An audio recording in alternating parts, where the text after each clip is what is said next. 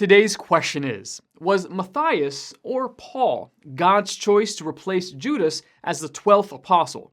In this video, I'll answer that question from a biblical perspective. Then afterwards, as always, I'll share some helpful resources, so stick around until the end.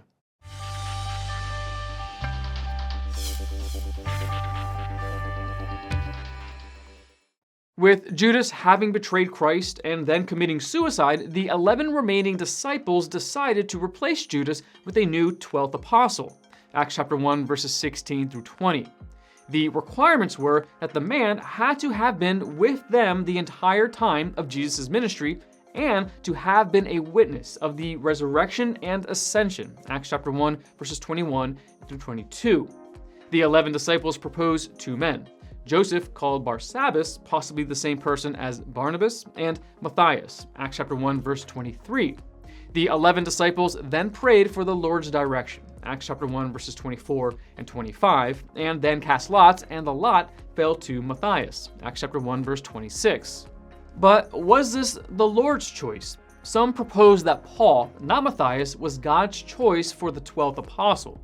They argue that Jesus had told the apostles to wait for the coming of the Holy Spirit, Acts chapter 1, verse 8, and that casting lots is not how the disciples should have made the decision. They also point out that Matthias is never again mentioned in the New Testament, while Paul obviously became very prominent in the early Christian church. So, are they correct that Paul, not Matthias, was God's choice to be Judas's replacement as the 12th apostle? The New Testament nowhere condones or condemns the way the apostles made the decision in Acts chapter 1. Casting lots was a biblically allowed method of making a decision, Proverbs chapter 16, verse 33. And while Matthias is never again mentioned in the New Testament, the same can be said for most of the other 11 apostles. Church history records that Matthias died as a martyr for Christ, as did all the other apostles except John. Yes, Paul was definitely more prominent than Matthias, but Paul was more prominent than any of the 12 apostles, except for perhaps Peter and John.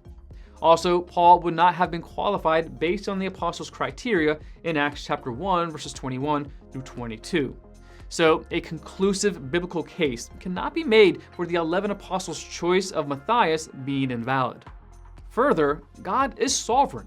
If it was not his sovereign will for Matthias to be chosen, Matthias would not have been chosen. It could be argued that while it was God's sovereign will, what he ordained, for Matthias to be chosen, it was God's perfect will, what he desired, for the apostles to wait for Paul. But this would be pure speculation, as again, the Bible nowhere condemns Matthias being chosen for the 12th apostle. So, what name will be written on the 12th foundation in the heavenly Jerusalem? Revelation chapter 21, verse 14. The Bible does not explicitly say, but it likely will be Matthias. Ultimately, though, we will have to wait to find out. Want to learn more? Subscribe so you don't miss the next video. Visit gotquestions.org for more great content and check out the details section below this video. There you'll find one book I recommend along with several links to related questions. If you'd like to learn about Bible Munch or if you're interested in bite-sized devotionals, subscribe to Bible Munch on YouTube. It's linked right here. Now remember, got questions? The Bible has answers. We'll help you find them.